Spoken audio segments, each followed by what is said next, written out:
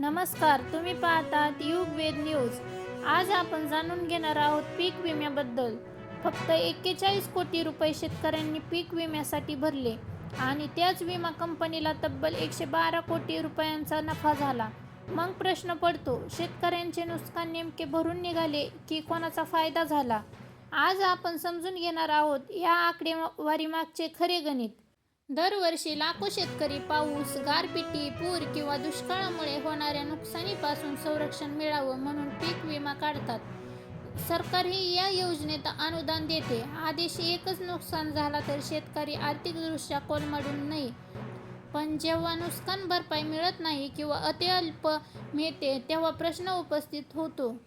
या वृत्तानुसार मागील खरीप हंगामात शेतकऱ्यांनी सुमारे 41 कोटी रुपयांचा विमा हप्ता भरला। सरकारनेही मोठा हिस्सा जमा केला। मात्र हंगाम संपल्यानंतर विमा कंपनीला तब्बल 112 कोटी रुपयांचा नफा झाल्याचे चित्र समोर आले आहे। यामुळे अनेक शेतकरी संघांनी आणि शेतकऱ्यांनी नाराजी व्यक्त केली आहे।